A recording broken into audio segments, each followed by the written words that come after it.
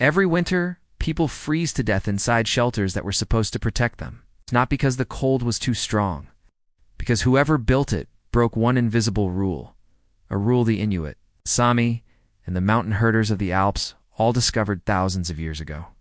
And that modern tiny house culture threw straight in the trash. Learn that rule. You can build something almost impossible. A shelter smaller than a parking space that keeps a human being alive through a blizzard deep enough to bury a car. A heat wave that turns roads to soup, and a flood that swallows a campsite in the time it takes to boil water. No electricity, no generator, nothing you can't carry out of a hardware store on a Sunday afternoon. And here's the part that should bother you.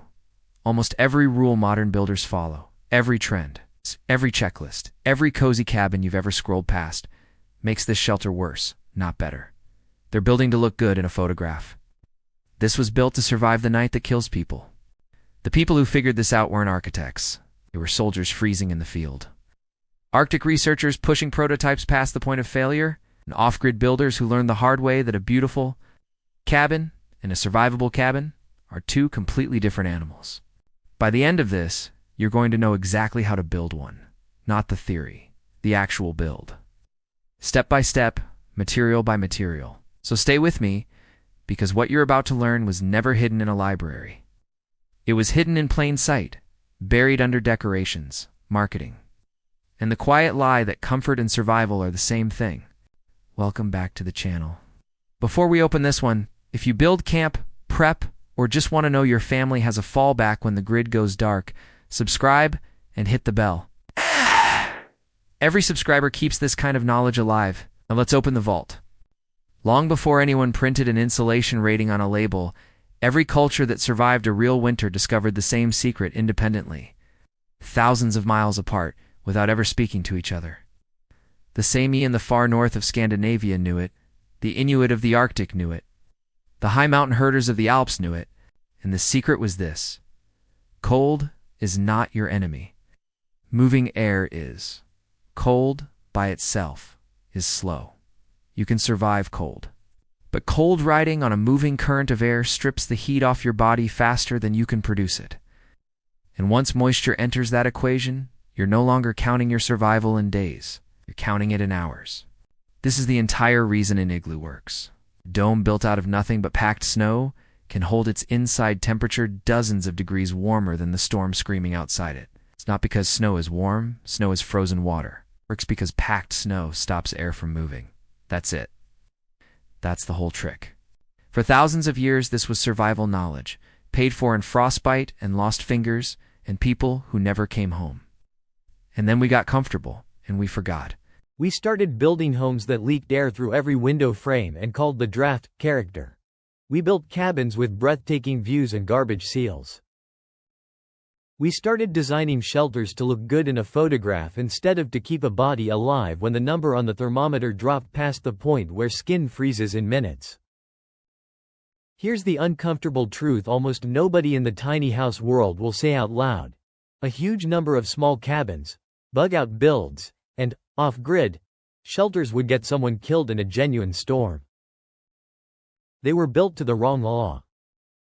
But a handful of people started asking a dangerous question. What if you built something that ignored decoration completely and obeyed only the old law? What they built next is what we're going to build today. Picture an exposed ridgeline in a cold snap so severe the Weather Service basically stopped trying to predict it. Wind tearing sideways across open ground. Visibility down to nothing. Highways shut. Rescue crews grounded. A small research team is up there testing a rough prototype shelter, and they've made peace with a miserable night. They expect to be half frozen and calling for evacuation by sunrise. The temperature outside collapses. The temperature inside does not. It holds. All night, while the world outside tries to kill everything in it, the inside of that little box stays livable.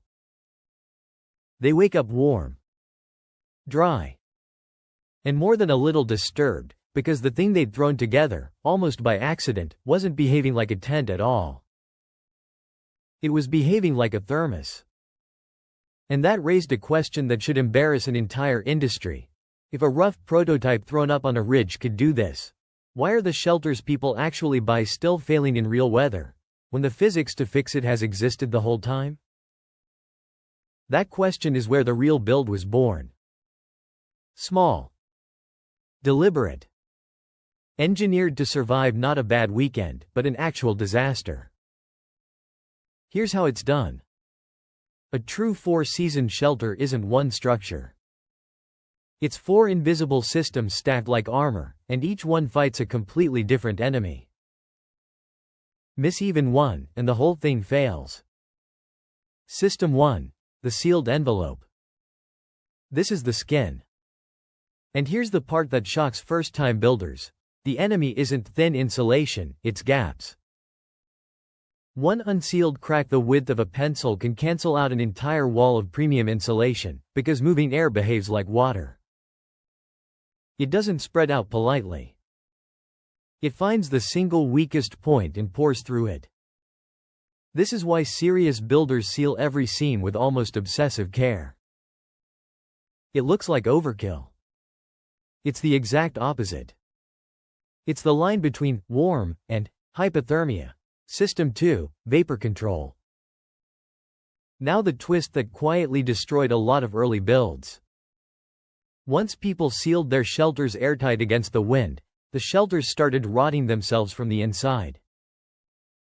Every breath you exhale, every pot you boil, every bit of body heat pumps moisture into the air. In a sealed box, that moisture has nowhere to go, so it soaks into the walls, condenses, freezes, thaws, and slowly turns your shelter into wet garbage. The fix is a vapor barrier placed on the correct side of the insulation, so the structure only breathes in one direction, pushing moisture out without ever letting cold pour back in. System 3. Thermal mass. This is your battery, but for heat instead of electricity. Dense material that soaks up warmth while you have a heat source, then bleeds it back out slowly for hours after the fire dies or the sun sets. Ancient stone hearths did this on instinct. You're going to do it with materials that fit in a corner, turning a few hours of heat into a whole night of survival. System 4, and almost nobody outside survival circles talks about this one. Engineered airflow. Not airflow prevention, airflow design. Because here's the dark part. Perfectly sealed box with a person and a heat source inside it can quietly kill you, not with cold, but with carbon monoxide, which you cannot see, smell, or taste. Some of the deaths in cold weather shelters were never caused by freezing. They were caused by shelters that were sealed too well, with no controlled way for bad air to leave and clean air to enter. The fix is almost elegant. A low intake vent and a high exhaust vent, sized on purpose, creating a slow, invisible current that carries bad air out and pulls fresh air in without ever draining your heat. 4 systems. One tiny box. Get them working together. And a structure smaller than a parking space can outsurvive a house 10 times its size. Now let's actually build it. This is the part every other video leaves out. So here's the whole thing, in order. You do not need to be a contractor. You need a weekend, a helper, and the discipline to not skip a step. Step 1, get it off the ground. The ground is a heat thief. Will suck warmth straight out of your floor all night. So you never build directly on dirt. Build a raised platform on treated wood or blocks, and insulate the floor cavity just as heavily as the walls. Rigid foam board is cheap and works. A cold floor undoes everything above it. This is the mistake that ruins more builds than any other. Step 2, frame small and low. Keep the footprint tight. Something in the range of 6 by 8 feet is plenty for 1 or 2 people. Small is your friend. Less air to heat, fewer seams to seal, less material to buy. Keep the ceiling low so warm air isn't wasted over your head. You're building a survival cell, not a living room. Step 3, build the sealed envelope. Sheath the walls, then seal every single seam, every joint, every corner, every point where a wire or pipe passes through. Use quality sealing tape and expanding foam. Then go around a second time and seal the spots you missed the first time. Because you did miss spots? This step is boring, and it is the most important thing you will do. Treat it like you're sealing a boat that has to float. Step 4. Place the vapor barrier on the warm side. In a cold climate, the vapor barrier goes on the inside, the warm side of the insulation, so moist indoor air can't drift into the wall. Hit the cold zone and condense. Get this backwards, and you'll trap water inside your walls and rot the build from within. On the inside, warm side. Remember that. Step 5. Load in your thermal mass. This is the cheapest superpower in the whole build. Line 1. Interior wall. Ideally the one that catches sun through a small window with dense material that holds heat. Sealed containers of water work incredibly well and cost almost nothing. Stone, brick, or dense tile work too. During the day or while your heat source runs, this mass silently charges up. After the heat's gone, it pays you back for hours. It's the difference between a shelter that goes cold the second the fire dies and one that stays livable until morning. Step 6. Engineer the airflow and respect it. Cut one low intake vent near the floor and one high exhaust vent near the ceiling. This creates a slow, natural current. Costs you almost no heat, and it is non-negotiable if you ever run any flame, stove, or fuel heater inside. And put a battery carbon monoxide detector on the wall. Every time, no exceptions. This single $10 device is the reason you wake up. Ventilation plus a detector is not optional. Caution, it's the whole difference between a shelter and a coffin. Step 7. Add heat with discipline. A small, properly vented wood stove or an appropriately rated heater turns this box into something almost cozy. But every fuel-burning heat source must be vented to the outside and paired with the airflow from Step 6. You'd never seal yourself in with an open flame and no exchange. The old builders learned this the hard way, so you don't have to. Step 8. Optional. Bolt on the modern upgrades. Now that the physics is handled, you can add the toys. A small folding solar panel on the sunny wall feeds a compact battery for light and charging. A simple heat recovery vent captures warmth from the stale air, leaving your shelter and passes it into the fresh air coming in. So you never have to choose between breathing and staying warm. These are upgrades, not foundations. Skip them and you still survive. Skip steps 1 through 7 and no upgrade will save you. That's the entire machine. Do it in this order and you've built something that shrugs off whether that would tear a normal cabin apart. For decades, a genuinely cold-rated cabin was a rich person's purchase. Add land, permits, and contractors, and you were staring at a number that ran well into 6 figures. Then the small shelter approach matured, and the whole equation flipped. Because this thing is tiny, efficient, and built around physics instead of square footage, the cost of a real 4-season shelter drops to a fraction of a normal build. Framing lumber, sheathing, rigid foam, ceiling tape, a vapor barrier. Some thermal mass you can improvise for near nothing, to vents. In a CO detector, you're looking at a materials cost that, done carefully, lands closer to the price of a used phone than a house. Compare that to what people actually spend staying comfortable. The leaky cabins, the space heaters running around the clock, power bills, the failed tents replaced every season. The real cost of doing it the old way isn't just money.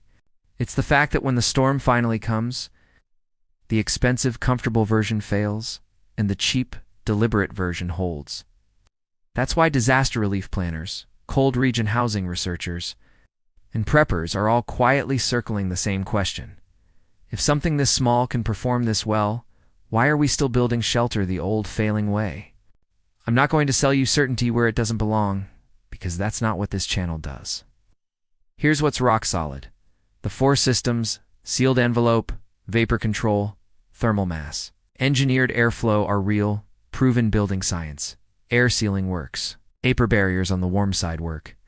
Thermal mass buffering works. Carbon monoxide in sealed shelters is a genuine, documented killer, which is exactly why the ventilation and the detector are not up for debate.